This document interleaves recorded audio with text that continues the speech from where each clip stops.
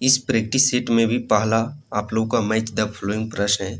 तो इसमें सबसे जो आप लोगों के लिए आसान है उसी चीज़ को मैच करना है। सबसे पहले हम लोग जानते हैं कि जूल किसका मात्रक होता है, कार्य का या जूल मात्रक होता है। देन नेक्स्ट हम लोग पता है एम्पियर किसका होता है, ये विद्युत धारा का होता है। उसके बाद हम लोग देखते हैं वोल्ट, तो वोल्ट किसका होता है, विभवांतर का। कैलोरी किसका होता है, ऊष्मा का। तो एक बच गया वाट, ये किसका हो जाता है, सामर्थ्य का। इस प्रकार हम लोग ऑप्शन नंबर ए में ही या देख पा रहे हैं कि जो पहला का हो जाता है चौथा, बी का हो जाता है पहला, सी का दूसरा और डी का पांचवा, चौथा और ई का पांचवा। नेक्स्ट प्रश्न है, भरी हुई गाड़ी को चलाने में और उससे चला समय रखने के लिए आवश्यक ताकत से अपेक्षाकृत अधिक ताकत से धक्का देना पड़ता है। इसका जो मुख्य कारण आप लोगों से पूछा गया है। यहाँ पे यदि ऑप्शन नंबर सी की बात करते हैं, ये सटीक आंसर हो जाता है। एक बार गाड़ी चल पड़ने के बाद घर्षण कम हो जाता है। यही पूछा गया है, जब कोई कोई क्या बोल सकते हैं, भरी हुई गाड़ी, कोई गाड़ी जब स्थित रहती है तो इसको जब हम लोग क्या बोला गया, चलाने में और उसे चला या समय में रखने के लिए आवश्यक ताकत में अपेक्षाकृत अधिक ताकत से धक्का देना पड़ता है। यानी कि जब ये गाड़ी मोशन में है उस समय जो ताकत लगती है और जब इसको हम लोग प्रारंभ करते हैं उस समय जो ताकत लगती है, तो इस ताकत के अपेक्षाकृत यहाँ पे जो हम लोग फर्स्ट में ताकत लगाते हैं उसकी ज़्यादा ताकत लगाने पड़ती है। तो इसका मुख्य कारण है, जब गाड़ी मोशन में हो जाती है, जब गाड़ी चल पड़ने के बाद, मोशन में होने के बाद इसके ज़मीन के साथ इसका जो घर्षण फ्रिक्शन है वह कम हो जाता है। इस कारण से जो पहले है उसमें ताकत हम लोग को ज़्यादा लगता था। नेक्स्ट प्रश्न है, लोहे का एक गोला पारद पर तैरता है किंतु पानी में डूब जाता है। लोहे की आपेक्षिक घनत्व पारद के आपेक्षिक घनत्व से अधिक होता है। तो इस प्रकार आप चार ऑप्शन यहाँ पे पढ़ सकते हैं और इसी प्रकार कंडीशनल बेस पर ही आप लोगों से ज़्यादा प्रश्न पूछे जाते हैं। ऑप्शन नंबर यहाँ पे ए की बात करते हैं, लोहे का आपेक्षिक घनत्व पारद के आपेक्षिक घनत्व से अधिक होता है, ये इसका मुख्य कारण होता है। नेक्स्ट प्रश्न है, डीआरडीओ द्वारा विकसित लक्ष्य और निशांत है। डीआरडीओ है, इसके द्वारा जो विकसित है लक्ष्य और निशांत, ये क्या है, तो ये दोनों बात करते हैं। एक तो मानव रहित वाहन है।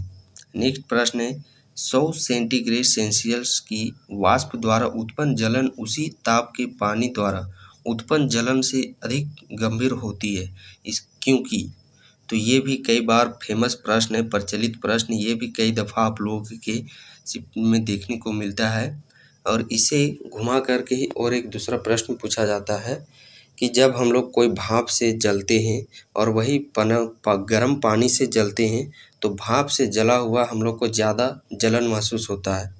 क्यों, तो भाप में ऊष्मा है, उसका मात्रा अधिक होता है गर्म पानी के अपेक्षा। गर्म जल की जो ऊष्मा होती है उसके अपेक्षा में भाप है, वाष्प है, उसका ऊष्मा अधिक होता है। इस कारण से हम लोग को वाष्प द्वारा अधिक ऊष्मा दी जाती है, यही सटीक होता है। क्या प्रश्न पूछा जाता है कि एक व्यक्ति जब तापमान दोनों का सेम ही है, जो भाप है उसका भी तापमान 100 डिग्री सेल्सियस है, पानी का भी 100 डिग्री सेल्सियस है, गर्म पानी का, लेकिन गर्म पानी के अपेक्षा हम लोग को भाप में ज़्यादा ज्वलन महसूस होता है। तो इसका मुख्य कारण है कि भाप का जो ऊष्मा है वह अधिक होता है। नेक्स्ट प्रश्न है, ये भी देख सकते हैं, ये भी मिलान आप लोगों को पूछा गया है। आरोही क्रम में व्यवस्थित कीजिए। आरोही क्रम में व्यवस्थित करना है ध्वनि की चाल के रूप में। आरोही यानी कि बढ़ते क्रम में, एक होता है अवरोही और एक होता है आरोही। तो आरोही जैसे कि इसमें बड़ा हम लोग को देखने को मिल रहा है, और एक होता है अवरोही। तो इसमें हम लोग को अंतर स्पष्ट कैसे करना है, देखना है। आ बड़ा है किसकी अपेक्षा में, छोटी आ की अपेक्षा में। तो जो बड़ा है उसमें हम लोग को बढ़ते क्रम, छोटा रहेगा तो घटते क्रम। तो बड़ा है यानी कि बढ़ते क्रम, यानी कि सबसे पहले सबसे कम हम लोग को बताना है कि ध्वनि का चाल सबसे कम किस में होगा, उससे अधिक किस में होगा और सबसे अधिक किस में होगा। तो ये ऑप्शन नंबर बी में सटीक आंसर हम लोग को देखने को मिल रहा है कि सबसे कम नाइट्रोजन में होगा, उसके बाद जल में होगा और सर्वाधिक ध्वनि का जो चाल है वह इस्पात में देखने को मिलेगी। नाउ एक और मैच द फॉलोइंग आप लोगों से प्रश्न पूछा गया है। इसमें भी आप लोग को जो सबसे आसान लगता है उस चीज़ को सबसे पहले मैच करना है। ट्राम्बे की बात करते हैं तो ट्राम्बे का क्या चीज़ हो जाता है, महाराष्ट्र। नरोरा कहाँ पे है, ये उत्तर में। तो बी हम लोग देख पा रहे हैं कि बी का क्या चीज़ हो जाता है, पहला, और डी का चौथा। तो डी का चौथा यदि हम लोग इस प्रकार देख पा रहे हैं तो ये सिर्फ ऑप्शन नंबर हम लोग को बी में ही देखने को मिल रहा है, डी का चौथा। तो नरोरा कहाँ पे हो जाता है, उत्तर में। ट्राम्बे महाराष्ट्र में। काकरापार, काकरापार कहाँ पे हो जाती है, तो काकरापार ये ऑप्शन नंबर सी में दिया गया है, इसका क्या चीज़ हो जाता है, गुजरात। काकरापार गुजरात, कलपक्कम तमिलनाडु। नेक्स्ट प्रश्न है, ये भी आप लोगों को मैच द फ्लाइंग प्रश्न पूछा गया है, तो इस चीज़ को भी मैच करना है यहाँ पे आप लोगों को। तो जो सबसे पहले आप लोग को आसान लगे उसी चीज़ को आप लोगों को मैच करना है। तो यहाँ पे यदि हम लोग सबसे पहले देखते हैं शून्य द्रव्यमान का, शून्य द्रव्यमान, शून्य द्रव्यमान यानी कि न्यूट्रॉन, जिसमें कोई चार्ज नहीं होता है, न्यूट्रॉनो। एक तो यहाँ से हम लोग को ये चीज़ मिलान कर लेना है और हम लोग को देखना है जो हम लोगों के लिए समझिए कि एक सटीक पूर्णांक पर चक्रण। तो इसमें हम लोग यदि देख पा रहे होंगे ये 78 का क्या चीज़ हो जाता है, बी आंशिक आवेश का क्या हो जाता है, क्वार्क। और जो आंशिक परचक्रण का हो जाता है पॉजिट्रॉन, पूर्णांक परचक्रण का ऑप्शन नंबर 4 में यानी कि फेनॉन। इस प्रकार ये हम लोग देख पा रहे हैं कि ऐसा ऑप्शन नंबर सिर्फ बी में ही देखने को मिल रहा है। और हाँ, साथ ही साथ आप लोग को ये भी बताते चलो कि जो प्रश्न आप लोग को देखने में नया नया लग रहा है उस चीज़ को अपने नोट्स में ज़रूर मेंशन करते जाइए, क्योंकि इसी प्रकार से आप लोगों के एग्जामिनेशन में ये प्रश्न पूछे जाने वाले हैं। ये देख सकते हैं 79 का भी यहाँ पे आप लोग को ये मैच द फॉलोइंग ही प्रश्न पूछ दिया गया है। तो इसमें हम लोग सबसे पहले बात करते हैं शोल्डर। ये पूछा गया है मिश्रित किसमें मिश्रित होता है जो, तो यही हम लोग देखते हैं इसमें। हाइपो, हाइपो का क्या चीज़ हो जाता है जी, तो हाइपो का हो जाता है सोडियम, हाइपो का सोडियम। एक तो हम लोग को मिल गया। अब देखते हैं डी का तीसरा किसमें है सो। इसमें यदि हम लोग डी का तीसरा बात करते हैं तो ये सिर्फ ऑप्शन नंबर बी में ही देखने को मिल रहा है, तो यही हमारा सटीक आंसर हो जाएगा। शोल्डर की बात करते हैं तो शोल्डर में क्या चीज़ होता है, सीसा टीना, यानी कि बी का पहला। शोल्डर मैंने आप लोगों को बताया था मिस रातू, शोल्डर का सीसा टीना हो जाता है। हाइपो का क्या हो जाता है, इसे सोडियम का चल जाएगा। और इस प्रकार हम लोग बात करते हैं ब्लीचिंग पाउडर। ब्लीचिंग पाउडर में क्या चीज़ होता है, क्लोरीन। ब्लीचिंग पाउडर का सूत्र आप लोग जानते होंगे, विरंजक चूर्ण CaOCl2। तो यहाँ पे क्लोरीन देखने को मिल रहा है। ब्लीचिंग पाउडर का सूत्र यहाँ पे आप लोग याद कर लेना है, CaOCl2। कठोर जल उपयुक्त नहीं है साबुन से कपड़े धोने के लिए, पीने के लिए, फसल की सिंचाई के लिए, बॉयलर्स में प्रयोग के लिए। तो इस प्रकार ऑप्शन नंबर यहाँ पे चारों है, जो कि यह बिल्कुल सही आंसर हो जाता है। नेक्स्ट प्रश्न है, ये भी मैच द फ्लोइंग दे दिया गया है। तो मैच द फ्लोइंग आप लोग को हर JCC के एग्ज़ाम में ये पैटर्न बना हुआ है, मैच ऑफ द फ्लोइंग। एक प्रश्न के साथ साथ यहाँ पे आप लोगों को 4 प्रश्न पूछ लिए गए हैं। तो यहाँ पे यदि हम लोग जो सबसे पहले आप लोग को आसान देखने को मिलता है वही चीज़ मिलाना है। सॉरी, माफ़ कीजिएगा, ये मैच द फॉलोइंग नहीं है, बल्कि ये पूछा गया कि कौन सा सही सुमेलित नहीं है। लेकिन इसमें भी आप लोगों को 4 प्रश्न पूछ लिए गए हैं। यदि चारों सटीक आंसर पता है तभी आप इस चीज़ को टैकल कर पाइएगा, इस प्रकार के प्रश्न को। तो सल्फर डाइऑक्साइड देखते हैं, ये अम्ल वर्षा से संबंधित है। पायरीन अग्निशामक से संबंधित है। फ्रिज में जो शीतलक के रूप में फ्रियोन होता है, ये भी बिल्कुल सही है। बट ऑप्शन नंबर ए की बात करते हैं तो ये बिल्कुल गलत है। और अम्ल वर्षा की बात करते हैं तो अम्ल वर्षा से चलिए हम लोग यहाँ पे फैक्ट जान लेते हैं। अम्ल वर्षा से फैक्ट आप लोग को याद कर लेना है। अम्ल वर्षा के लिए यदि आप लोगों से पूछा जाए, अम्ल वर्षा से आप लोगों को जुड़ा हुआ प्रश्न पूछा जाता है, इसके लिए दो कौन कौन से गैस है जो कि वह मुख्य कारण है। तो गैस पूछा जाता है तो उसमें हो जाता है NO2 प्लस में SO2, नाइट्रस ऑक्साइड प्लस में सल्फर डाइऑक्साइड, ये गैस में हो जाता है। वहीं पे पूछा जाता है कौन कौन से अम्ल है जो कि वह प्रमुख कारण है। तो NO2 से हो जाता है HNO3 नाइट्रिक अम्ल यहाँ पे हो जाता है HNO3 और SO2 से हो जाता है H2SO4 यानी कि सल्फ्यूरिक अम्ल। यदि मुख्य कारण गैस में पूछे तो नाइट्रस ऑक्साइड NO2 और एक हो जाता है SO2 सल्फर डाइऑक्साइड। यही अम्ल में पूछे तो HNO3 नाइट्रिक अम्ल और H2SO4 यानी कि सल्फ्यूरिक अम्ल। नेक्स्ट प्रश्न है निम्नलिखित कथनों पर विचार कीजिए। इनमें से निम्नलिखित कथनों पर विचार कीजिए। देख पा रहे हैं किस प्रकार जीसीसी का पैटर्न बना हुआ है। एक प्रश्न के साथ साथ आप लोगों के 2-3 प्रश्न पूछ लिए जा रहे हैं। इसमें से हम लोग ऑप्शन नंबर ए की बात करते हैं, 1, 2, 3 ये बिल्कुल सही प्रश्न आंसर हो जाता है।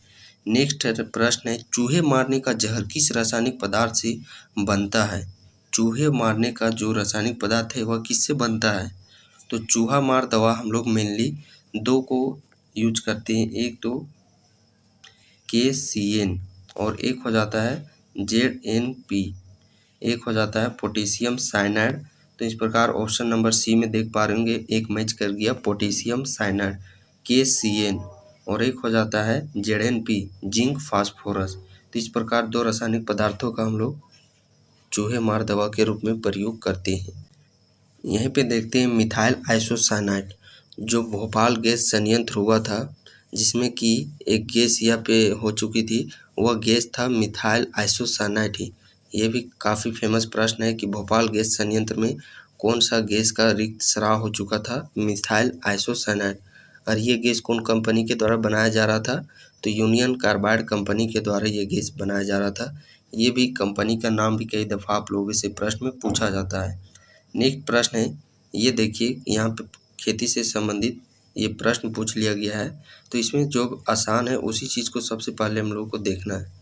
यहाँ पे भी पूछा गया कि कौन सुमेलित नहीं है। तो फलों की खेती पोमोलॉजी ये बिल्कुल सही है। फूलों की खेती फ्लोरिकल्चर ये भी बिल्कुल सही है। फसलों का एग्रोनॉमी यह भी बिल्कुल सही है। और सबसे आसान जो है वही यहाँ पे पूछा गया है और गलत दे दिया गया है। सब्जियों की खेती, सब्जियों की खेती क्या कहलाती है, हॉर्टिकल्चर। तो जी नहीं, सब्जियों का खेती कहलाता है ओलेरीकल्चर और हॉर्टिकल्चर किसका हो जाता है। तो हॉर्टिकल्चर बात करते हैं, हॉर्टिकल्चर ये बागवानी का हो जाता है हॉर्टिकल्चर। बट सब्जियों का क्या हो जाता है, सब्जियों का हो जाता है ओलेरीकल्चर। हाइड्रोफाइट कहते हैं, हाइड्रोफाइट कहते हैं। हाइड्रोफाइट जहाँ पे भी वर्ड देखने को मिलेगा हाइड्रो, हाइड्रो यानी कि जलीय, जल से ही संबंधित है। और इस प्रकार हम लोग ऑप्शन एक ही देख पा रहेंगे बी जो कि जल से संबंधित है, जलीय पौधे को। स्टार्च को जल अपघटन के ग्लूकोज बनाने वाला एंजाइम कौन सा होता है। तो इस प्रश्न का सही आंसर हो जाता है ऑप्शन नंबर ए एमाइलेज। नाउ नेक्स्ट प्रश्न है जीवधारियों को कम से कम 27 तत्वों की आवश्यकता होती है जिनमें से 15 धातुएं हैं। इनमें से जो प्रचुर मात्रा में आवश्यक होती है वे है। तो यहाँ पे भी आप लोगों को बहुत ही सावधानीपूर्वक ऑप्शन को देखना है। इस प्रकार हम लोग ऑप्शन यहाँ पे देख पा रहे होंगे जो कि सी है, ये बिल्कुल सटीक देखने को मिल रहा है। पोटेशियम, मैग्नीशियम, सोडियम और कैल्शियम इन सभी तत्वों का एक मनुष्य के समझिए कि एक स्वस्थ शरीर के लिए सबसे बहुत ही आवश्यक प्रचुर मात्रा में होनी चाहिए, पोटेशियम, मैग्नीशियम, सोडियम और कैल्शियम। एक देखिए यहाँ पे मैच द फ्लोइंग फिर एक प्रश्न देखने को मिल गया। यहाँ पे यदि हम लोग बात करते हैं जो सबसे आसान है उसी चीज़ को देखना है। अग्नाशय से कौन सा हार्मोन स्रावित होता है, इंसुलिन। यानी कि देखा कि सी का पहला, तो सी का पहला हम लोग को 2 ऑप्शन में देखने को मिल रहे हैं। कितने ऑप्शन में देखने को मिल रहे हैं, 2 ऑप्शन में, एक तो बी और सी। चलिए अब हम लोग देखते हैं पीयूष ग्रंथि। तो पीयूष ग्रंथि क्या है, यह एक प्रकार का वृद्धि हार्मोन। बी का तीसरा। तो इस प्रकार हम लोग पहले ही 2 प्रश्न को हम लोग छांट लिए थे। अब 2 प्रश्न में बी का हम लोग को तीसरा, तो ये सिर्फ हम लोग को ऑप्शन नंबर सी में ही देखने को मिल रहा है। तो इस प्रकार हम लोग ऑप्शन नंबर सी सही आंसर हो जाता है। पीयूष ग्रंथि यह एक प्रकार का वृद्धि हार्मोन है, अग्नाशय से इंसुलिन हार्मोन होता है। और ठीक उसी प्रकार जनन ग्रंथि, तो जनन ग्रंथि यह प्रोजेस्टेरोन है, अधिवृक्क से कार्टिसोल। नाउ नेक्स्ट प्रश्न है एंटीबायोटिक दवा का उदाहरण है। तो ये भी कई दफ़ा प्रश्न पूछा गया है, पेनिसिलिन। ये देखिए यहाँ पे पूछा गया कौन सा सही उत्तर का चयन कीजिए। सही उत्तर का आप लोग को चयन करना है और ये भी आप लोग को कूट यानी कि मैच द फॉलोइंग के फॉर्म में ही दिया गया है। तो यहाँ पे यदि हम लोग बात करते हैं सबसे विशाल जीव, तो सबसे विशाल जीव कौन सा होता है? नीला व्हेल। सर्वाधिक बुद्धिमान जानवर चिंपैंजी। जीव जो अपनी पूंछ त्याग देते हैं छिपकली। पक्षी जो कभी अपना घोंसला नहीं बनाती कोयल। तो ये इसका सही आंसर हो जाता है। देखिए इस प्रकार मैच द फॉलोइंग आप लोग को हर एक सेट में देखने को मिल रहा होगा। सेट की बात करते हैं तो जो सबसे आसान है उस चीज़ को सबसे पहले आप लोग को मैच करना है। इसमें यदि हम लोग देखते हैं तरंग दैर्घ्य, तरंग दैर्घ्य किसका होता है? ये एंगस्ट्रम से मैच खाता है। दाब, दाब मैच पास्कल से। ऊर्जा, ऊर्जा जूल से। इस प्रकार एक उच्च वेग हो गया मैक संख्या से। तो यानी कि ए का पहला, बी का दूसरा, सी का तीसरा और डी का चौथा। ये हम लोग ऑप्शन नंबर 3 में ये देख पा रहे होंगे। सो ऑप्शन नंबर सी इस प्रश्न का सही आंसर हो जाता है। अगला प्रश्न है, इसी में चलिए हम लोग कुछ इसका एक्स्ट्रा एक्सप्लेनेशन देख लेते हैं जो कि आपके एग्जाम के पॉइंट ऑफ व्यू से थोड़ा इम्पोर्टेंट बन जाता है। इसमें आपसे पूछा जाता है मैक संख्या। कई बार आप इसमें 4 हम लोग को मेनली याद कर लेना है जो आपके स्क्रीन में देख पा रहे होंगे। सबसे पहले हम लोग को सब सोनिक याद करना है। क्या चीज़? सब सोनिक। देन हम लोग को ट्रांससोनिक याद कर लेना है, ट्रांससोनिक।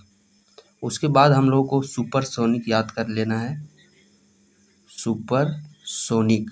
उसके बाद एक अंतिम में याद कर लेना है हाइपरसोनिक। तो इससे किस प्रकार जुड़ा हुआ प्रश्न पूछा जाता है? तो इसमें मैक संख्या से रिलेटेड पूछा जाता है। सब सोनिक बात करते हैं, सब सोनिक का मैक संख्या तो इसका 1 से छोटा होता है। ट्रांससोनिक में बात करते हैं मैक संख्या तो 1 के बराबर होता है। और सुपरसोनिक में मैक संख्या बात करते हैं 1 से बड़ा। और हाइपरसोनिक में मैक संख्या बात करते हैं 5 से बड़ा। तो इस प्रकार यहाँ पे डाटा फैक्चुअल प्रश्न पूछा जाता है। सब सोनिक का मैक संख्या 1 से छोटा, ट्रांससोनिक में मैक संख्या के बराबर 1, सुपरसोनिक में 1 से बड़ा मैक संख्या और हाइपरसोनिक में 5 से बड़ी मैक संख्या होती है। नेक्स्ट प्रश्न है, पीसा की झुकी हुई मीनार गिर नहीं जाती, इसका मुख्य कारण आप लोगों से यहाँ पे पूछा जाता है। पीसा की जो झुकी हुई मीनार है यह क्यों नहीं गिरता, इसका मुख्य कारण है। तो इसका मुख्य कारण बात करते हैं गुरुत्व केंद्र से जाने वाली ऊर्ध्वाधर लाइन तल के अंदर रहती है, यही इसका मुख्य कारण है। नेक्स्ट है, समुद्र में पलवन करते हुए आइसबर्ग का कितना भाग समुद्र की सतह से ऊपर होता है? कितना भाग समुद्र की सतह से ऊपर होता है? तो कितना भाग समुद्र के ऊपर से ऊपर होता है? समुद्र की सतह से ऊपर होता है तो 1/10 भाग। कितना होता है? 1/10 भाग। तो समुद्र के नीचे कितना होता है? समुद्र के नीचे होता है 9/10। 10 का 9वां भाग नीचे होता है और 10 का 1 भाग ऊपर होता है। नेक्स्ट प्रश्न है, ब्रह्मांड के इतिहास में सबसे पुराना डॉक्यूमेंट प्रकाश जिसे हाल ही में जारी किया गया था किस टेलीस्कोप द्वारा कैप्चर किया गया था? तो इस प्रकार आप लोगों को 1-2 टफ प्रश्न देखने को मिल सकते हैं।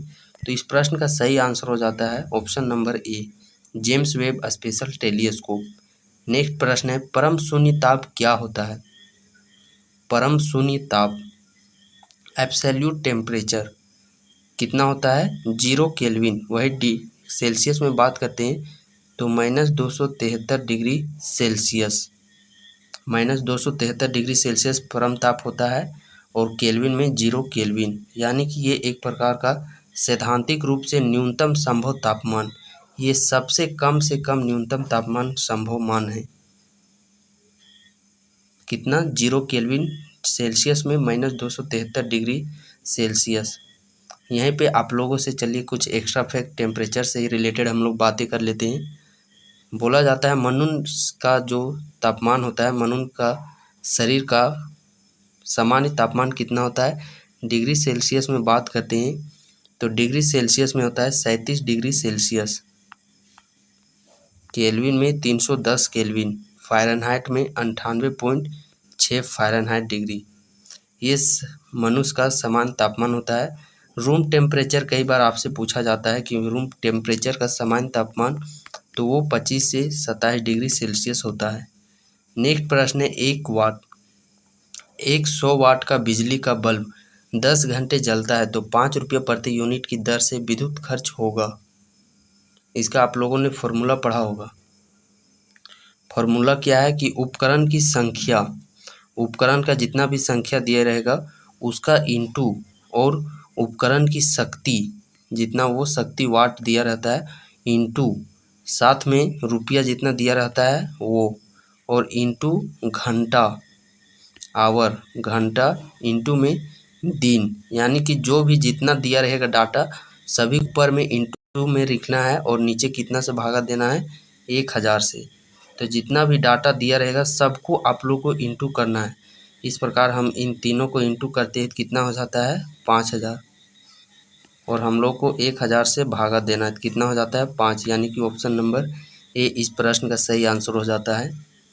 नेक्स्ट प्रश्न है 77 नंबर। ये देख सकते हैं, ये भी मैच ऑफ द फॉलोइंग प्रश्न यहाँ से पूछ लिया गया है। इसमें पूछा गया है आप लोगों से कि ये जो परमाणु बम विस्फोट स्थल कौन सा है, काकरापार। तो सबसे पहले जो हम लोग को आसान देखने में मिलता है यहाँ पे, उस चीज़ को सबसे पहले हम लोग यहाँ पे फाइंड आउट करेंगे। तो इसमें हम लोग सबसे पहले सबसे आसान देख पा रहे होंगे, फाइंड आउट श्रीहरिकोटा। श्रीहरिकोटा आंध्र प्रदेश। श्रीहरिकोटा क्या चीज़ हो जाता है, यही कहाँ पे है, आंध्र प्रदेश में। तो इसमें यदि हम लोग बात करते हैं, ये क्या होता है, उपग्रह प्रमोचन स्टेशन, यानी कि पहला का मिलान किससे हो जाता है, चौथा से। पहला का मिलान चौथा से। और पोखरान बी का किससे हो जाता है, तो बी का 1 से मिलान हो जाता है। परमाणु बम विस्फोट स्थल श्रीहरिकोटा, उपग्रह विमोचन, पोखरान परमाणु बम विस्फोटक स्थल, और काकरापार। काकरापार ये आपका गुजरात में स्थित है। काकरापार कहाँ पे स्थित है, गुजरात में। इसका क्या चीज़ हो जाता है, न्यूक्लियर पावर प्लांट, यानी कि श्रीहरिकोटा डी, पोखरान का परमाणु बम विस्फोटक, काकरापार 3, और थुम्बा हो जाता है रॉकेट प्रमोचन केंद्र, यानी कि ऑप्शन नंबर ये हम लोग को सी में देखने को मिल रहा है। सो ऑप्शन नंबर सी इस प्रश्न का सही आंसर हो जाता है। नेक्स्ट प्रश्न है, सड़क की रोशनी में पीले लैंप बहुतायत में प्रयुक्त हो रहे इन लैंपों में निम्न में से किसका उपयोग किया जाता है।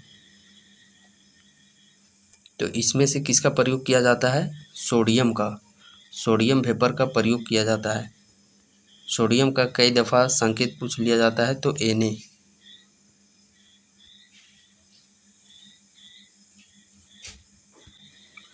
प्रश्न है, इस्पात स्लैग निम्नलिखित में से किसके लिए सामग्री हो सकता है।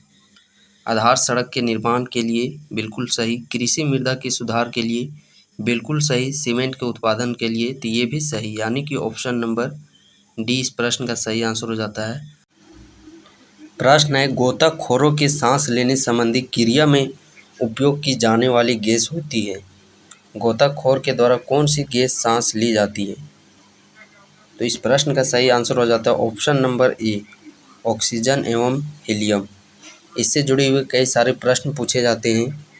पूछा जाता है एक प्रश्न कि फुटबॉल में कौन सा गैस भरा जाता है। तो फुटबॉल में नाइट्रोजन N2 गैस भरी जाती है। गुब्बारों एवं वायुयान के चक्के में कौन सी गैस भरी जाती है, हीलियम गैस भरी जाती है। वहीं एक पूछा जाता है अस्पताल में कौन सा गैस का यूज किया जाता है, ऑक्सीजन प्लस हीलियम के मिक्सचर को, ऑक्सीजन प्लस हीलियम के मिक्सचर को। अब गोताखोर से रिलेटेड दो प्रश्न, एक तो कम गहराई और एक अधिक गहराई के लिए। तो अधिक गहराई के लिए हम लोग ऑक्सीजन और हीलियम का प्रयोग करते हैं, और कम गहराई के लिए ऑक्सीजन और नाइट्रोजन का प्रयोग करते हैं।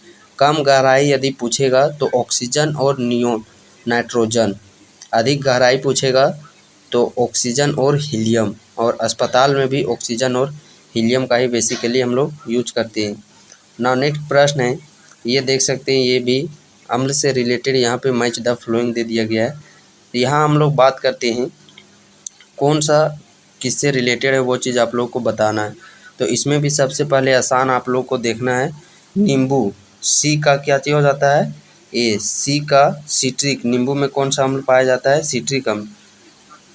तो सी का ए देख पा रहे होंगे कौन से ऑप्शन में हम लोग को ऑप्शन नंबर सी और डी में देखने को मिल रहा है। लैक्टिक बात करते हैं तो लैक्टिक, इससे पहले चलिए हम लोग सिरका, सिरका किस में होता है? एसिटिक में, यानी कि बी का चौथा, बी का चौथा ये दोनों में दे दिया गया है। अच्छा चलिए हम लोग लैक्टिक अम्ल देखते हैं तो लैक्टिक अम्ल किस में पाया जाता है?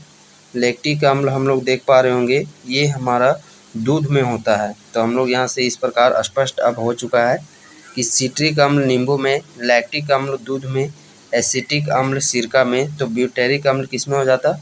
दुर्गंध युक्त मक्खन में। और पूछा जाता है इसमें कि सेव में कौन सा अम्ल पाया जाता है? मैलिक अम्ल। टमाटर में कौन सा अम्ल पाया जाता है? तो टमाटर में ऑक्जेलिक अम्ल।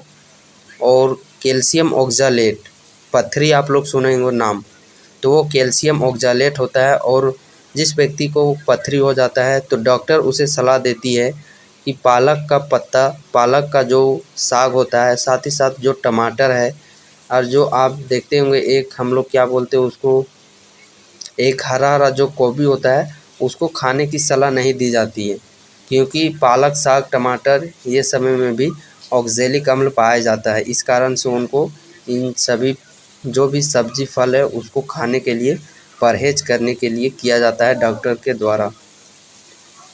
तो इस प्रकार यदि हम लोग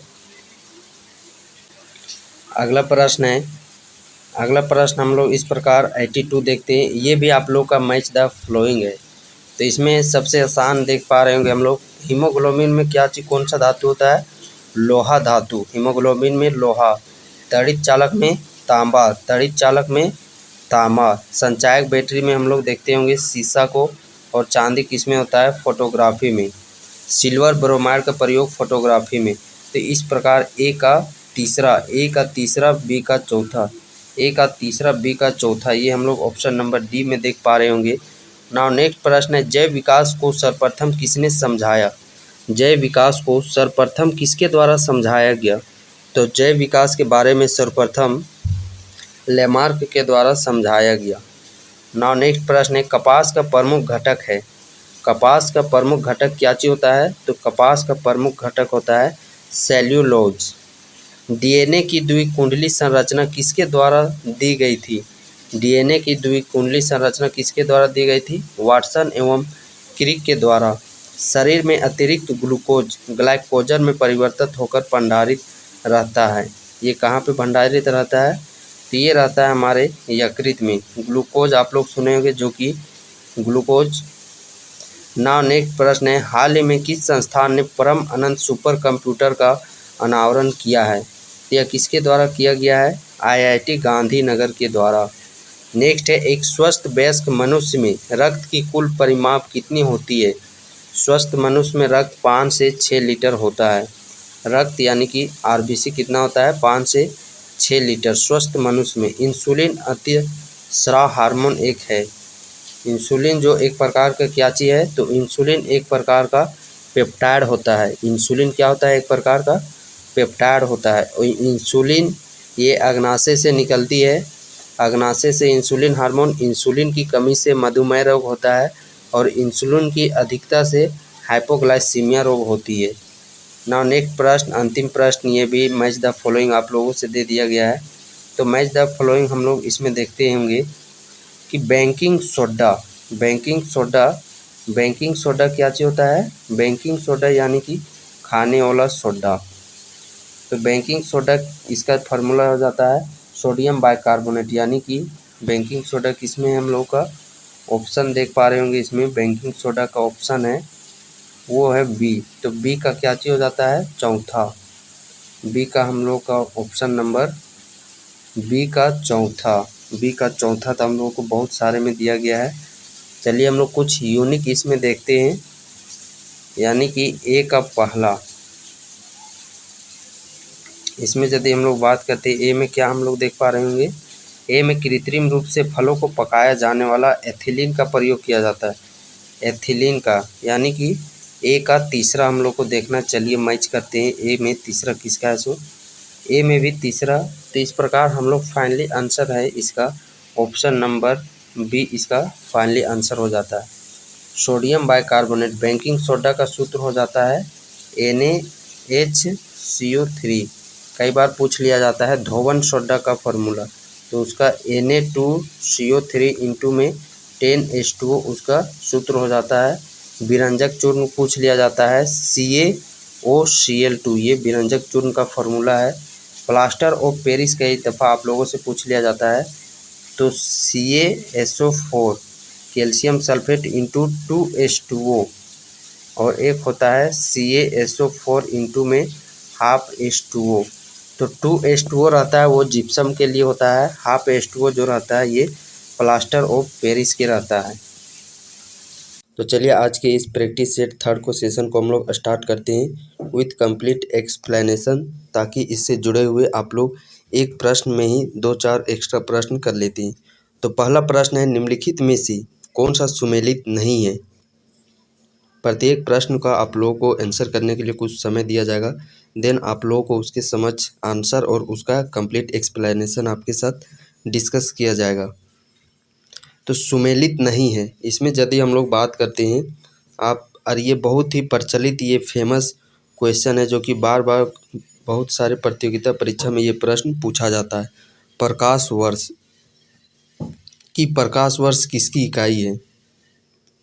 तो प्रकाश वर्ष समय मापने की इकाई नहीं है, बल्कि प्रकाश वर्ष दूरी मापने की इकाई है। प्रकाश वर्ष क्या चीज़ मापने की इकाई है, तो यहाँ पे बताते हुए चलते हम लोग। प्रकाश वर्ष एक प्रकार का दूरी मापने का इकाई है, और दूरी मापने की सबसे बड़ी इकाई पारसेक होती है। दूरी मापने की सबसे बड़ी इकाई पारसेक होती है।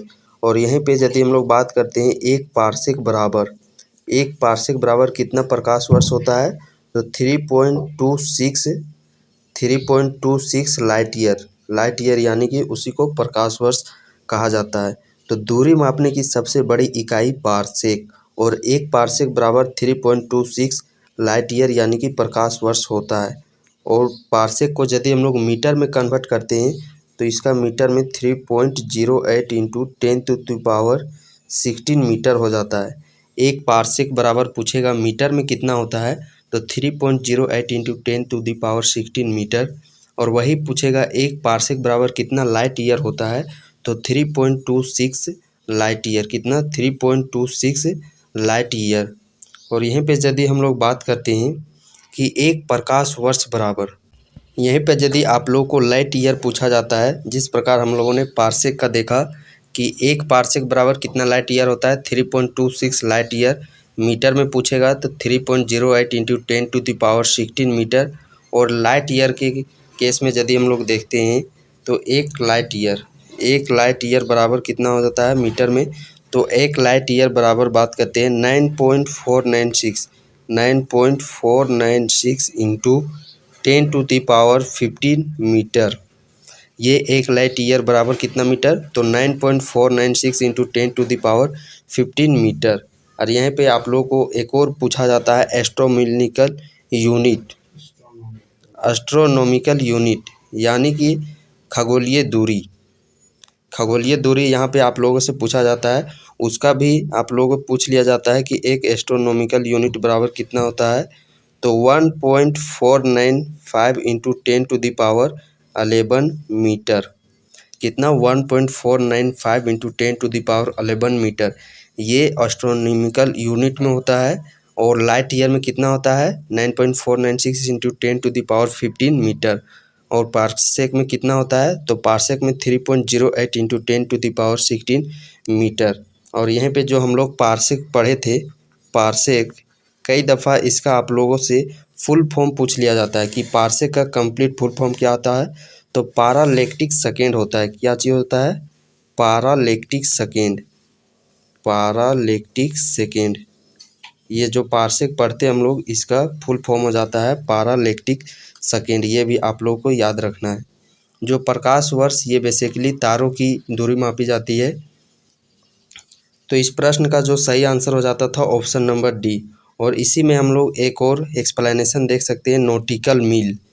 एक नॉटिकल मील भी बराबर आप लोगों से पूछा जाता है। बेसिकली यहाँ पे देख सकते हैं नोट क्या होता है, जहाज की चाल को मापा जाता है, बिल्कुल सही है। नॉटिकल मील नौसंचालक में प्रयुक्त दूरी इकाई है, बिल्कुल सही है। और एंगस्ट्रम प्रकाश वर्ष के तरंग दैर्घ्य की इकाई है। यह भी बिल्कुल सही है। और यहाँ पे हम लोग सबसे पहले नॉटिकल मील की देख लेते। तो एक नॉटिकल मील बराबर कितना होता है? तो एक नॉटिकल मील बराबर होता है 1.85 किलोमीटर। एक नॉटिकल मील बराबर 1.85 किलोमीटर। ये सारे फैक्चुअल प्रश्न हैं, बार बार आप लोगों के एग्जाम में रिपीट किए जाते हैं, तो आप इस चीज़ को अपने नोट्स में ज़रूर मेंशन करते जाइएगा। और एंगस्ट्रम बात करते हैं, जो तरंग दैर्घ्य है, तरंग दैर्घ्य एक प्रकार की दूरी की इकाई है। तो एक तरंग दैर्घ्य बराबर आप लोगों से कई दफ़ा पूछ लिया जाता है कि एक एंगस्ट्रम बराबर कितना मीटर होता है। जैसा कि तरंग दैर्घ्य का यूनिट क्या होता है? एंगस्ट्रम। और एक एंगस्ट्रम बराबर होता है 10⁻⁻10 मीटर। एक एंगस्ट्रम बराबर 10⁻⁻10 मीटर। तो तरंग दैर्घ्य किस प्रकार की? यह एक दूरी मापने की पैमाना है। नेक्स्ट है त्वरण ज्ञात करने का सही सूत्र निम्न में से कौन सा है? त्वरण। तो त्वरण आप लोग सुने होंगे इसका, इसके परिभाषा से ही इसका ये जो सूत्र है वह बनता है। वेग में परिवर्तन की दर को, क्या चीज? वेग में परिवर्तन की दर को ही हम लोग त्वरण करते हैं। वेग में परिवर्तन की दर को ही, यानी कि अंतिम वेग माइनस प्रारंभिक वेग और बट्टा में समय, ये इसका क्या चीज हो जाता है? सूत्र हो जाता है कि वेग में परिवर्तन की दर, जिसमें भी आप लोगों को की दर देखने को मिले, यानी कि वहाँ पे समय से भाग दिया जा रहा है। तो वेग में परिवर्तन यानी कि v मेरा अंतिम वेग है और u मेरा प्रारंभिक वेग है। इन दोनों के वेग में जब हम लोग टाइम से डिवाइड कर लेते हैं वेग में परिवर्तन की दर, तो वही हमारा त्वरण कहलाता है। और जिस प्रकार यहाँ पे त्वरण आप नाम देख पा रहे होंगे, तो यहाँ पे कई बार आप लोगों को त्वरण ना दे करके यहीं पे लिखा रहता है गतिवर्धन। क्या चीज? गतिवर्धन। तो प्रश्न आप लोगों को आसान ही रहेगा, बट ऑप्शन और साथ ही साथ उसका नाम इस प्रकार दिया रहेगा कि आप लोग सुने ही नहीं होंगे। यदि यहीं पे हम लोगों को दे दिया रहता कि गतिवर्धन का सूत्र क्या होता है, तब हम लोग उस समय अचंभित में पड़ जाते। गतिवर्धन वैसा तो कभी नहीं हम लोगों ने पढ़ा है, बट त्वरण को ही कहा जाता है गतिवर्धन। नेक्स्ट प्रश्न है, लोहे से बना जहाज पानी पर तैरती है जबकि एक सुई पानी में डूब जाती है। तो इसका मुख्य कारण आप लोगों से पूछा गया है, तो इसका मुख्य कारण आप लोगों को बताना है। ये किस कंडीशन में इस प्रकार से होता है? तो इसमें यदि हम लोग बात करते हैं सुई का आपेक्षिक घनत्व, जो सुई का आपेक्षिक घनत्व होता है, रिफ्लेक्टिव डेंसिटी होती है, उसके द्वारा हटाए गए पानी के आपेक्षिक घनत्व से अधिक होता है। इसमें आप लोगों को क्या बताया गया है कि सुई का जो आपेक्षिक घनत्व है उसके द्वारा हटाए हुए पानी के अपेक्षित घनत्व से अधिक होता है। इस कारण से है जो कि वह लोहे से बना जहाज पानी पर तैरती है जबकि सुई पानी में डूब जाती है। नेक्स्ट प्रश्न है, प्रकाश का रंग निर्धारित होता है। प्रकाश का रंग निर्धारित होता है आयाम से, तीव्रता से, तरंगदैर्घ्य से या फिर वेग से। इंग्लिश में आयाम, एम्पलीट्यूड, इंटेंसिटी, तीव्रता, वेवलेंथ, तरंगदैर्घ्य या फिर वेलोसिटी यानी कि वेग। तो प्रकाश रंग किससे निर्धारित किया जाता है? प्रकाश रंग निर्धारित होता है, आप लोग को बताना है इसका सही आंसर, तरंग दैर्घ्य से। क्या चीज़ से? तरंग दैर्घ्य से है जो कि वह प्रकाश का रंग निर्धारित होता है। और अभी जस्ट हम लोगों ने देखा था एक एंगस्ट्रम बराबर कितना मीटर होता है? 10⁻⁻10 मीटर। नेक्स्ट प्रश्न है, मानव शरीर का सामान्य तापक्रम 98.4 डिग्री फ़ारेनहाइट है, इसके बराबर 0 डिग्री सेल्सियस में तापक्रम आप लोगों को बताना है।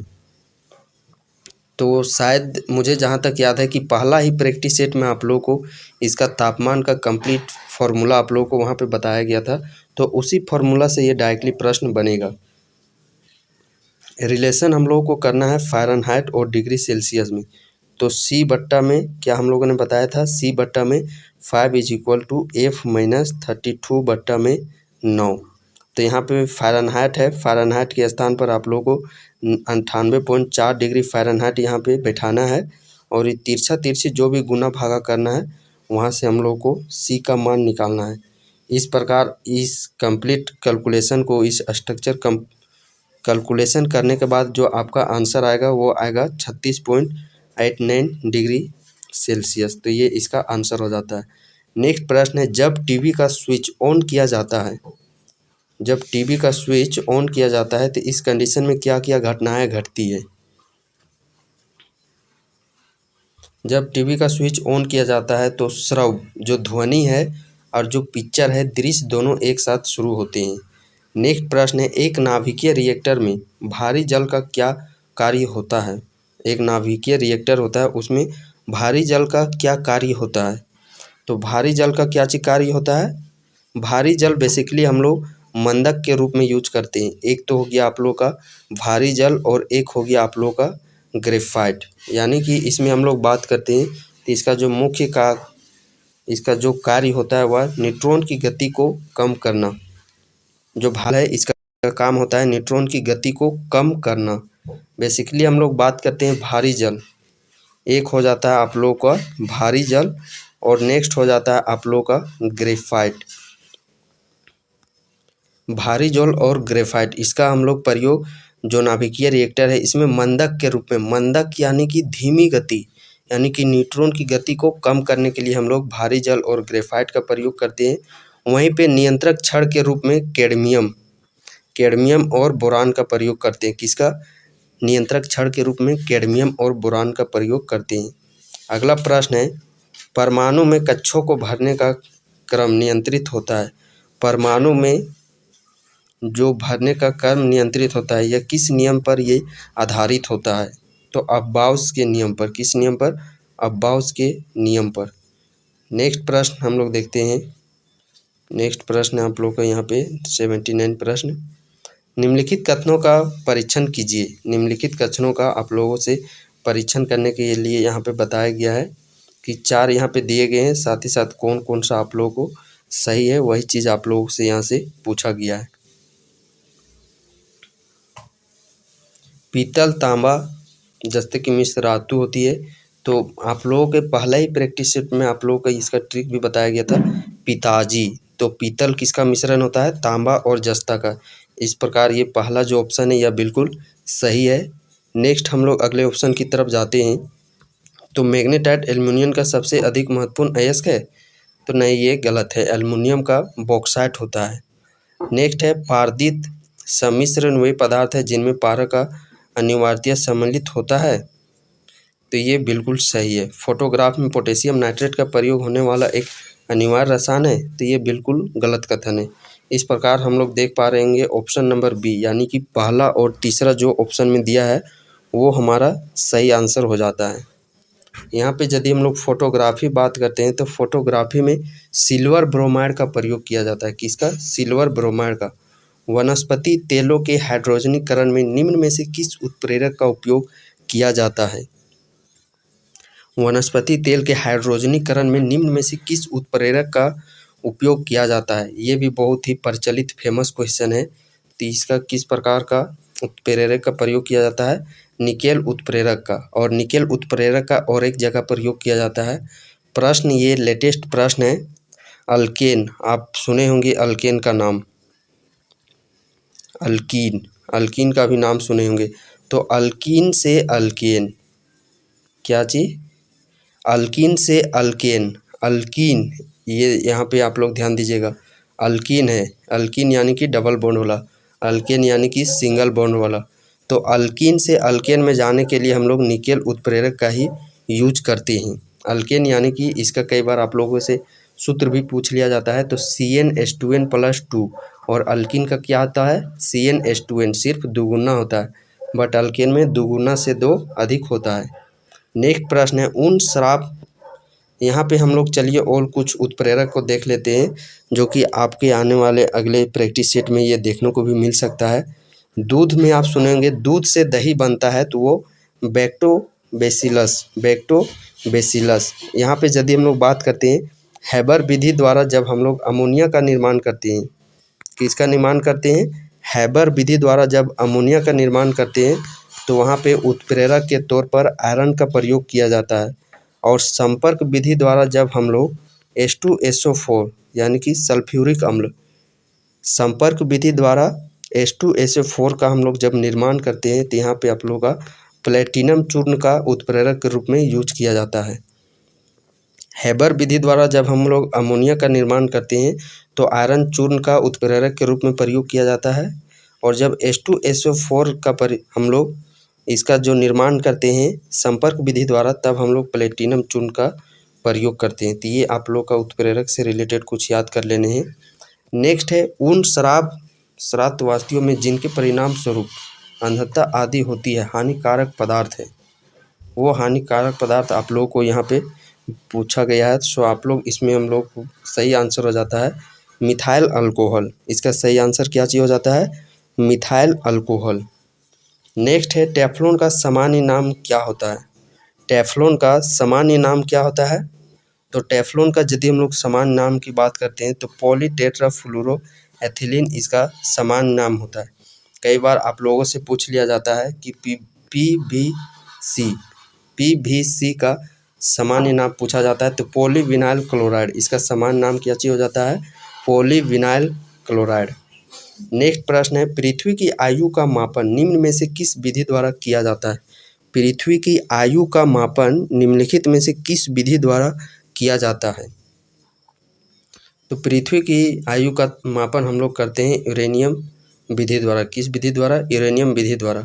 कार्बन डेटिंग विधि द्वारा, कार्बन 14 द्वारा हम लोग जीवाश्म के वायु जो आयु काल है उसको हम लोग मापने का काम करते हैं। नेक्स्ट है हाइड्रोपोनिक्स क्या है? हाइड्रोपोनिक्स, यहाँ पे प्रश्न ही आप लोगों से आंसर बता दिया जा रहा है हाइड्रो। इससे भी पहले हम लोगों ने आप लोगों को बताया था, जहाँ पे भी आप लोगों को हाइड्रो शब्द देखने को मिलेगा तो वो हमेशा जल से संबंधित रहेगा। क्या चीज़ संबंधित रहेगा? जल से संबंधित रहेगा। इस प्रकार इस प्रश्न का सही आंसर हो जाता है मृदा विहीन पादप संवर्धन। हाइड्रोपोनिक्स मृदा विहीन पादप संवर्धन। नेक्स्ट है पपीते में पीले रंग का कारण होता है। तो पपीते में पीले रंग का कारण, इसका मुख्य कारण क्या होता है? कैरिकाजेंथिन। पपीते का जो पीला रंग होता है उसमें किसके कारण से ये पीला, लाल, वाइट इस प्रकार होता है? तो ये होते हैं रंजक के कारण। किसके? पिगमेंट, रंजक। तो पपीता में कौन सा पिगमेंट पाया जाता है जिसके कारण वह पीला होता है?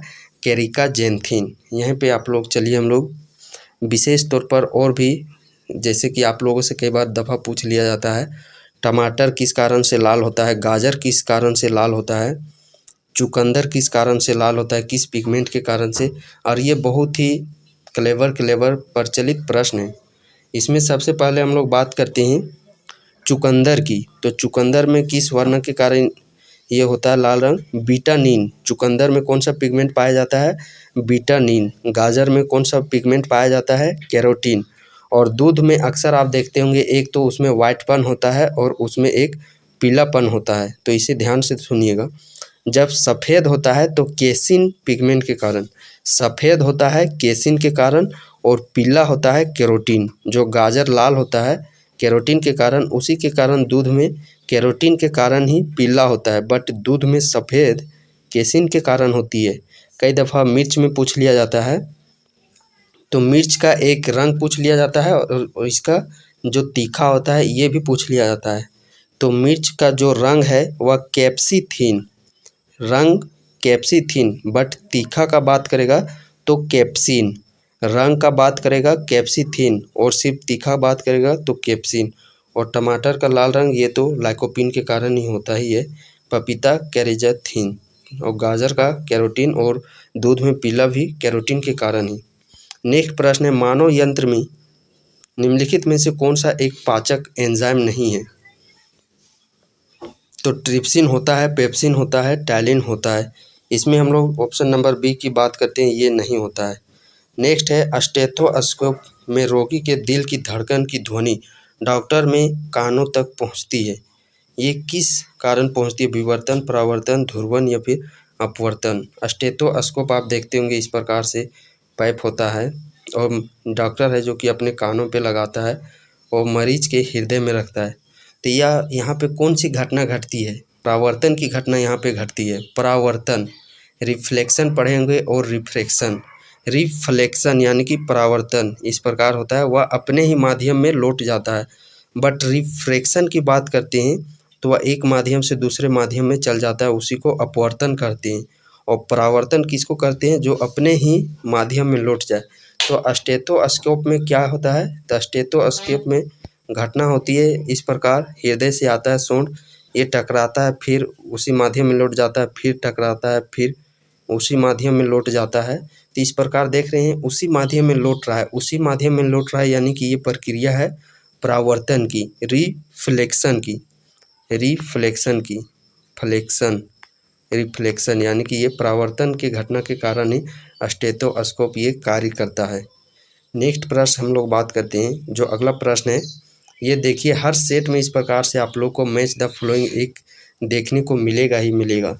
और ये एक प्रश्न है, इसके साथ साथ आप लोगों को जुड़ा हुआ 4-5 प्रश्न पूछ लिया जा रहा है। तो इसमें मैच द फॉलोइंग आप लोगों से पूछा गया है, तो आप मैच कीजिएगा।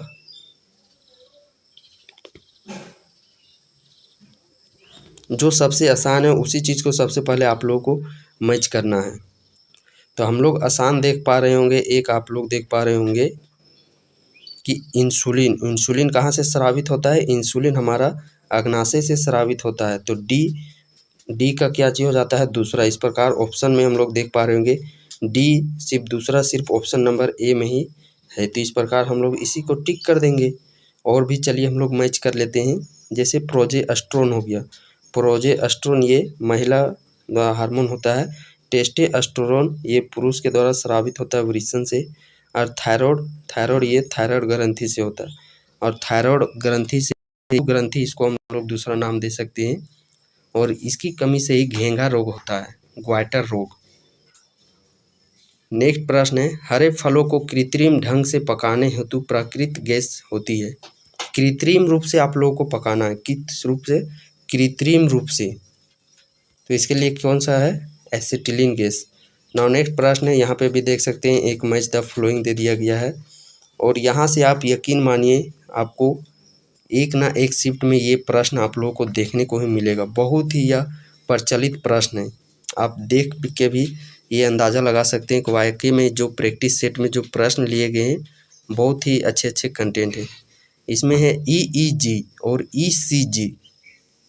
तो इसको याद करने का मैं आप लोगों समझ एक ट्रिक बता देता हूं, जो कि आप लंबे समय तक याद रखिएगा।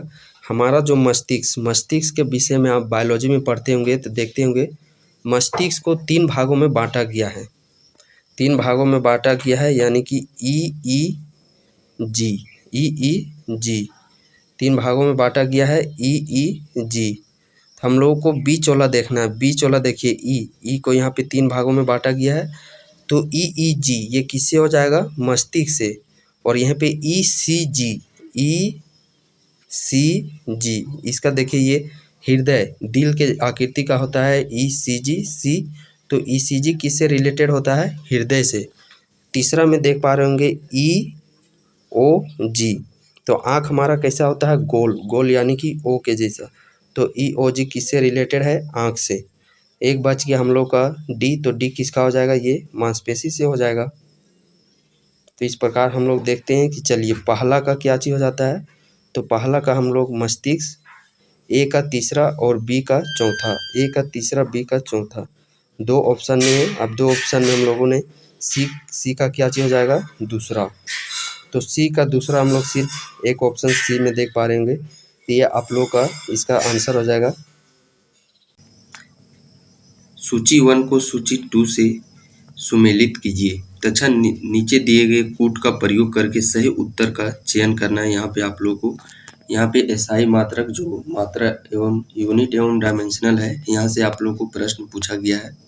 तो इसमें हम लोग सबसे पहले बात करते हैं जो आप लोगों को आसान है, सबसे पहले उसी को आप लोग को मैच करना है। तो हम लोग जानते हैं शक्ति का SI मात्रक क्या चीज़ होता है? वाट। शक्ति का SI मात्रक वाट होता है।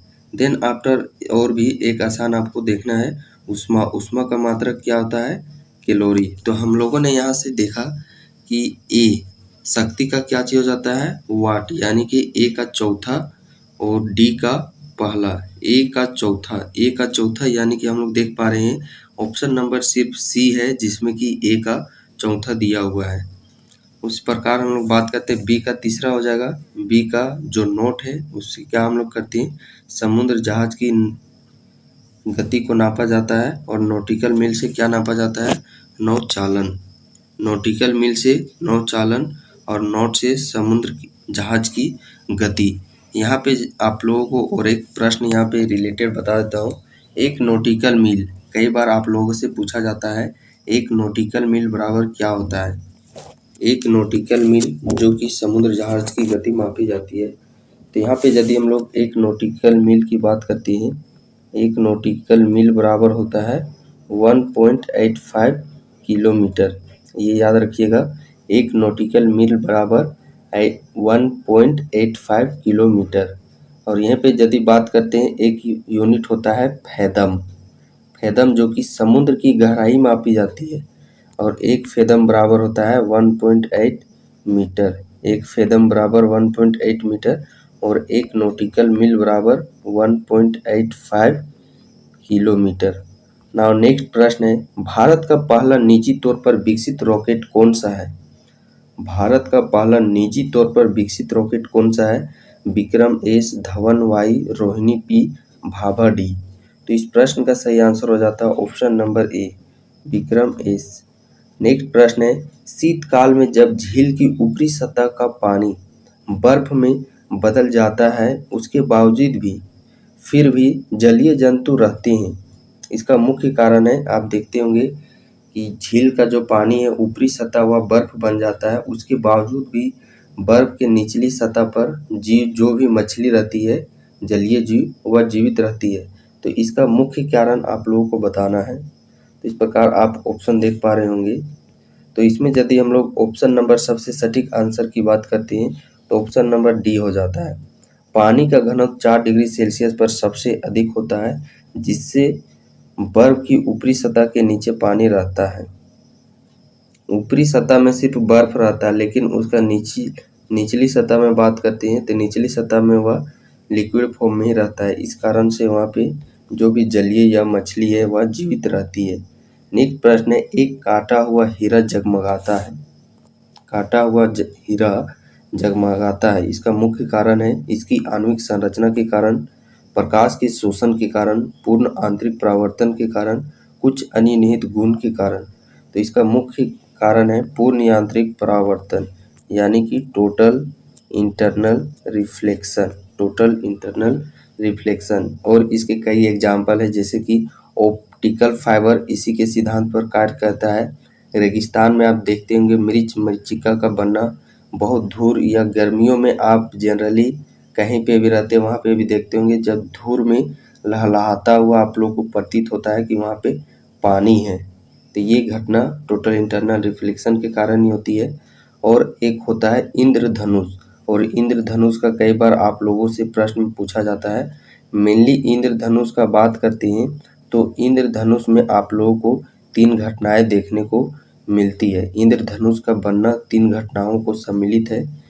एक है टोटल इंटरनल रिफ्लेक्शन, साथ ही साथ हम लोग बात करते हैं अपवर्तन की घटना होनी चाहिए, अपवर्तन की घटना, और एक घटना होती है विक्षेपण की घटना। क्या चीज? विक्षेपण की घटना। तो ये इंद्रधनुष बनने के लिए ये 3 घटनाएं होती है, टोटल इंटरनल रिफ्लेक्शन, अपवर्तन और विभेक्षण। नेक्स्ट प्रश्न है, कितना तापमान होने पर पाठ्यांक सेल्सियस और फ़ारेनहाइट तापमापियों में एक ही होंगे। ये बहुत ही फेमस प्रश्न है। हम लोग बात करते हैं -40 डिग्री, तो -40 डिग्री चाहे वो सेल्सियस में ले, 40 डिग्री सेल्सियस, चाहे -40 डिग्री फ़ारेनहाइट में रहे, तो -40 डिग्री ही सेल्सियस और फ़ारेनहाइट पैमाने में बराबर होती है। क्या चीज़? फ़ारेनहाइट और सेल्सियस में पैमाने होती है। डिग्री सेल्सियस से रिलेटेड यहाँ पे कई बार आप लोगों से प्रश्न पूछा जाता है। तो चलिए हम लोग डिग्री से बनने वाले सभी प्रश्नों को यहाँ एक बार देख लेते हैं। कई बार पूछा जाता है मनुष्य का जो तापमान होता है, शारीरिक तापमान, उसका तापमान कितना होता है, सामान्य तापमान। डिग्री सेल्सियस में बात करते हैं तो 37 डिग्री सेल्सियस, वहीं केल्विन में बात करते हैं तो 310 केल्विन होती है।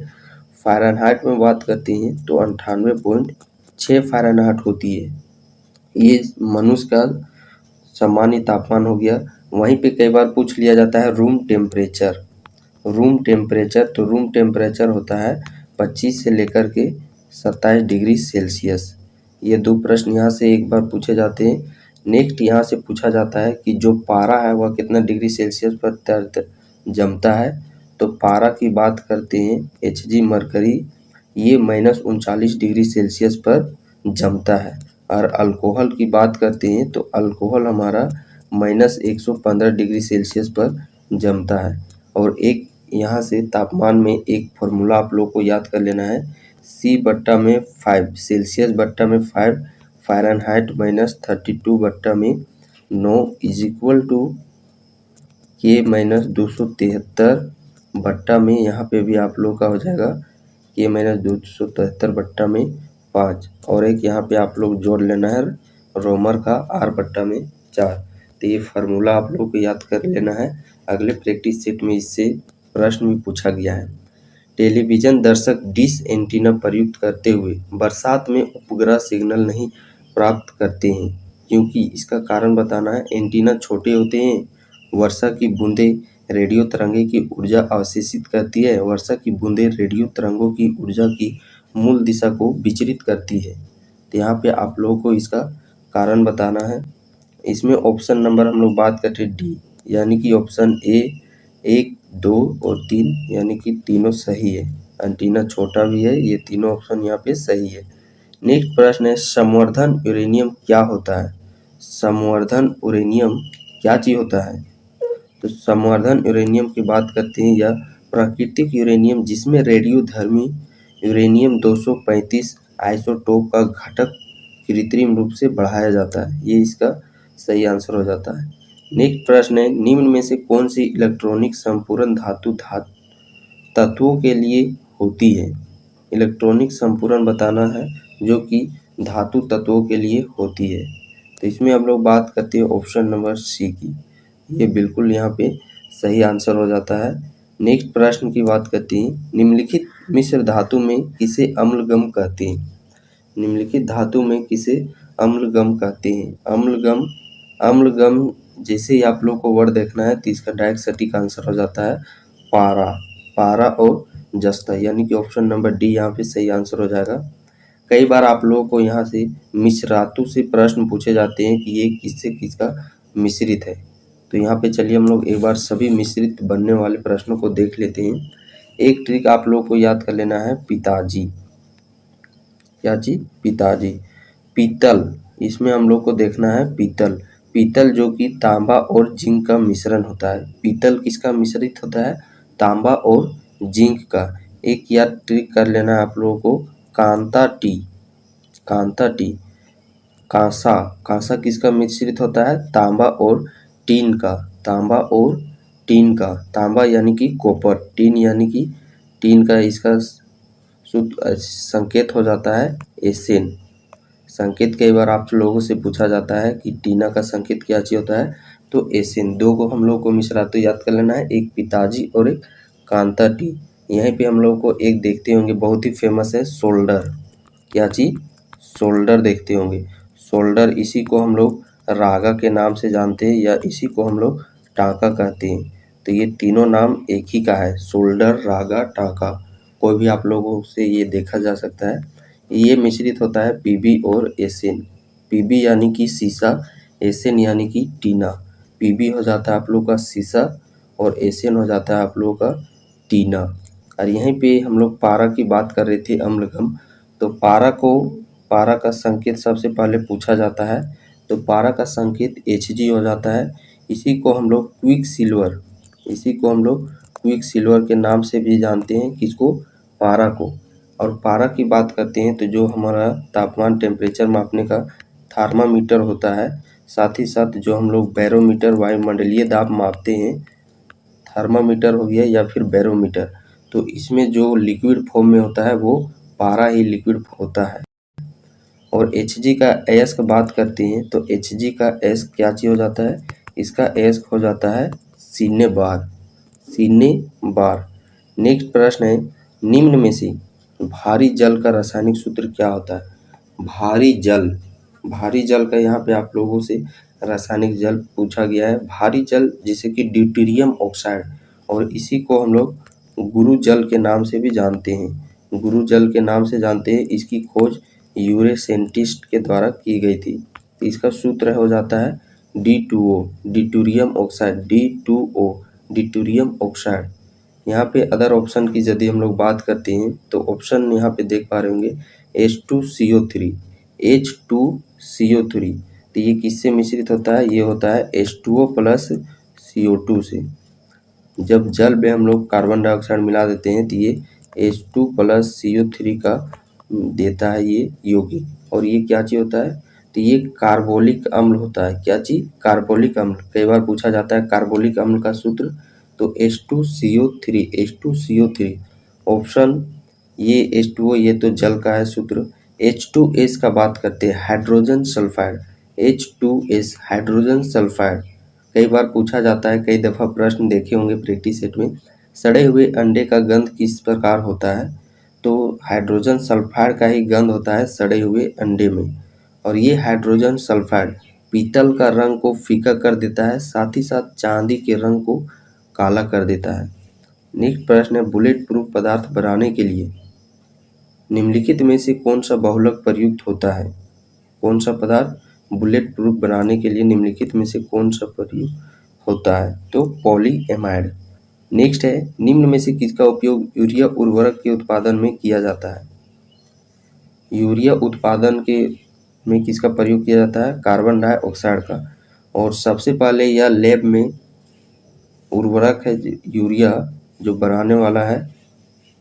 यूरिया का यदि हम लोग रासायनिक सूत्र बात करते हैं तो यूरिया का रासायनिक सूत्र हो जाता है NH2CO NH2। NH2CO कई बार इसका सूत्र पूछा जाता है NH2CO NH2, ये आप लोग याद रखिएगा। तो यहाँ पे हम लोग ये सूत्र याद रहेगा तो यहीं से हम लोग को पता चल जाएगा कि ये किससे उत्पादन होता है। जो CO देख पा रहे होंगे तो जरूर यहाँ पे कार्बन डाइऑक्साइड आया ही होगा। तो नेक्स्ट प्रश्न है, ये भी सूची मिलान। और हाँ, बता दूँ आप लोग को, सूची मिलान से आप लोगों को 2 से 3 प्रश्न साइंस में आप लोग को देखने ही को मिलेंगी।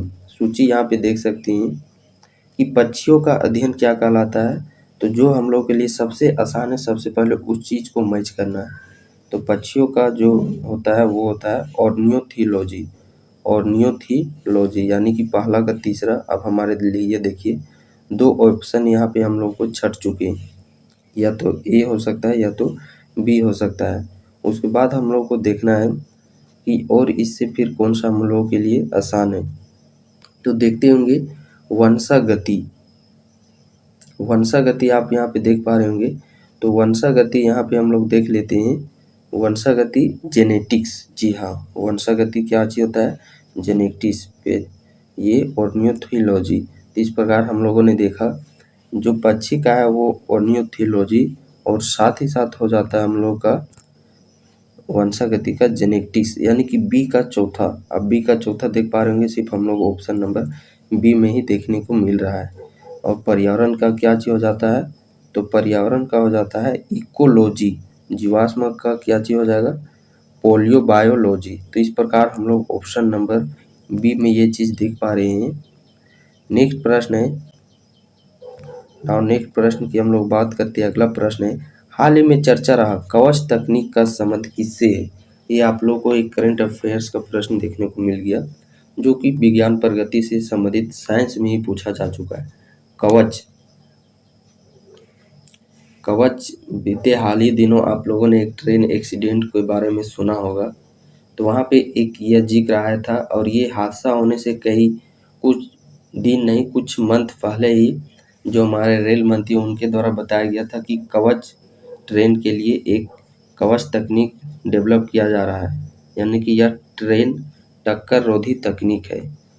ट्रेन टक्कर रोधी तकनीक है, यानी कि जैसे ही दो, एक इधर से ट्रेन आ रही है, या फिर हम लोग बात करते हैं या पीछे से ही कोई ट्रेन आ रही है, या जस्ट इसके आगे से ही कोई ट्रेन आ रही है, तो वो अपने एक सीमित सीमा में जैसे देखेगी। कवच यानी कि ये समझिए कि चुंबकीय सीमा है। जैसे ही कोई ट्रक इसके ट्रेन सामने आती है तो ये एक सीमित सीमा में, ये समझिए कि धीरे हो जाएगी, यानी कि दोनों के बीच में रिफ्लेक्शन हो जाएगा।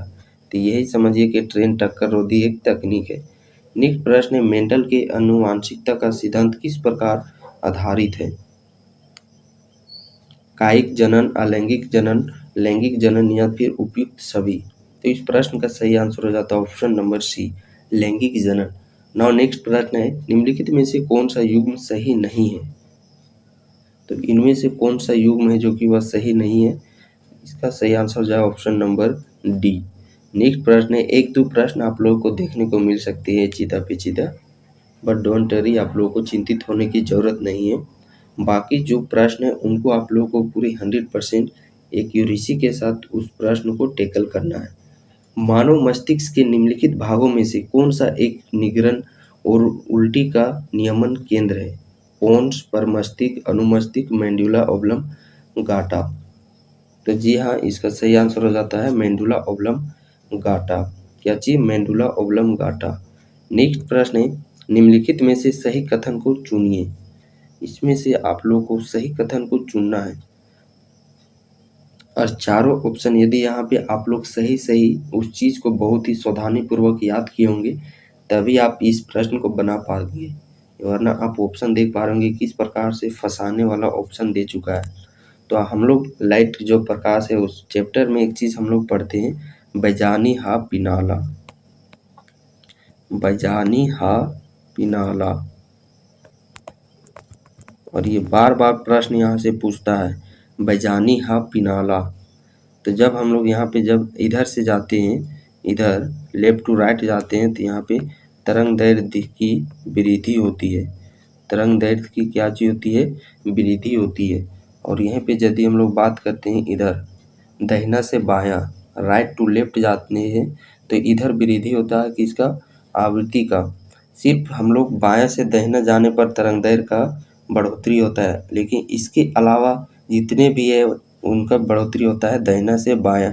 चाहे हम लोग बात करते हैं आवृत्ति की, आवृत्ति की भी इधर से इधर जाने पर वृद्धि होती है। ऊर्जा का भी वृद्धि होता है, साथ ही साथ जो परकीर्णन होता है, परकीर्णन का भी वृद्धि होता है। रिफ्लेक्शन जो अपवर्तनांक होता है उसका भी वृद्धि होता है। जो विचलन डेविएशन होता है उसका भी वृद्धि होता है। यानी कि मोटा मोटी यहाँ पे हम लोग देख सकते हैं, बायां से दाहिना जाने पर बैजानी हा पिनाला ये सूत्र है। इसी को ओर जाने से सिर्फ तरंग दैर्ध्य की वृद्धि होती है, लेकिन इसके अलावा जब अपोजिट साइड से जाते हैं तो वहाँ पे सभी की वृद्धि होती है, चाहे आवृत्ति हो, ऊर्जा हो, परकीर्णन हो, इंटरनल रिफ्लेक्शन अपवर्तनांक हो, चाहे डेविएशन यानी कि विचलन हो। तो यहाँ पे हम लोगों से पूछा गया है कि कौन सा सही आंसर है।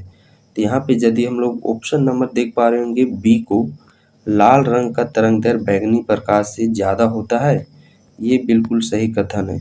यहाँ पे आप ये भी देख पा रहे होंगे बैजानी हा पिनाला, तो ये जो बैंगनी रंग का तरंग दैर्ध्य है वो लाल यहाँ पे सबसे अंतिम में है और ऐसे बढ़ोतरी होती है। ठीक है, तो लाल रंग का तरंग दैर्ध्य बैंगनी प्रकाश से ज़्यादा होता है। हाँ बिल्कुल सही। सबसे कम तरंग दैर्ध्य इसका, उससे ज़्यादा इसका, उससे ज़्यादा इसका, इस प्रकार सबसे ज़्यादा तरंग दैर्ध्य लाल रंग का होता है। तो लाल रंग का तरंग दैर्ध्य ज़्यादा होता है किससे? बैंगनी से। बिल्कुल सही है। लेकिन इसका जब हम लोग अपोजिट साइड में जाते हैं या अपोजिट साइड में जाते हैं तो उसमें सबसे वृद्धि, यानी कि इसी ओर जाते हैं तो कमी होगा। सिर्फ और सिर्फ बायां से दायां जाने पर तरंग दैर्ध्य में वृद्धि होती है। इसके अलावा आवृत्ति में कमी होती है, ऊर्जा में कमी, परकीर्णन में कमी, अपवर्तनांक में कमी और विचलन में कमी। यहाँ पे तो आप लोग को तरंग दैर्ध्य पूछ लिया गया है। अगला सेट में आप लोगों को यहाँ पे देखने को मिल सकता है अपवर्तनांक। तो ये चीज़ आप लोग याद रखिएगा। सारे डॉट यहाँ से आपके क्लियर हो चुके होंगे। डीपीटी, क्या चीज? डीपीटी का टीका निम्नलिखित में किसके सुरक्षा के लिए दिया जाता है? डीपीटी जो टीका होता है इसमें 3 बीमारियों से सुरक्षा दी जाती है। एक तो डिप्थीरिया किस में है? हाँ ऑप्शन नंबर सी में देखने को मिल गया। जो आसान है सबसे पहले उसको मैच करना है। टी से हो जाता है टिटनस। तो इस प्रकार हम लोग देख पा रहे हैं सिर्फ ऑप्शन नंबर सी में ही यह देखने को मिल रहा है। डी से डिप्थीरिया और टी से टेटनस और पी जो होता है यहाँ पे ये हो जाता है काली खांसी। तो डीपीटी का एक साथ टीके के 3 रोगों के लिए टीका जाता है, डिप्थीरिया, काली खांसी और टेटनस के लिए। यहीं पे और एक टीका याद कर लेना है आप लोग को, MMR। क्या चीज? MMR। यहाँ पे मैं आपको फ्रेश से लिख देता हूँ। एक तो आपको याद कर लेना है ये DPT, ये कई बार पूछा जाता है। डिप्थीरिया, काली खांसी और टेटनस एक पूछा जा रहा है और ये लेटेस्ट वर्जन है। MMR।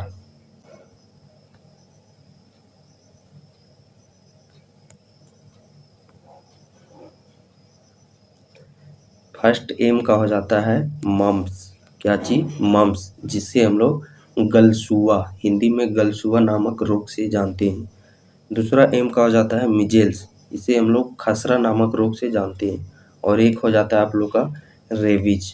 तो जिस प्रकार DPT का जो टीका होता है 3 बीमारियों से लड़ने के लिए दिया जाता है, उसी प्रकार MMR एक टीका है जिसमें भी 3 बीमारियों से लड़ने के दिया जाता है। मम्स यानी कि गलसुआ, मिजेल्स यानी कि खसरा और आर से क्या चीज हो जाता है? रेबीज।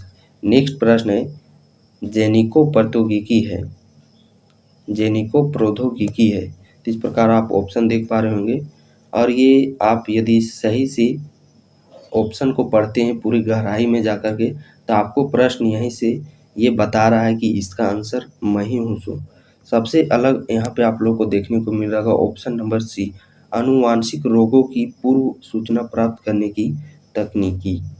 तो इसका क्या चीज हो जाता है? जैनिक प्रौद्योगिकी।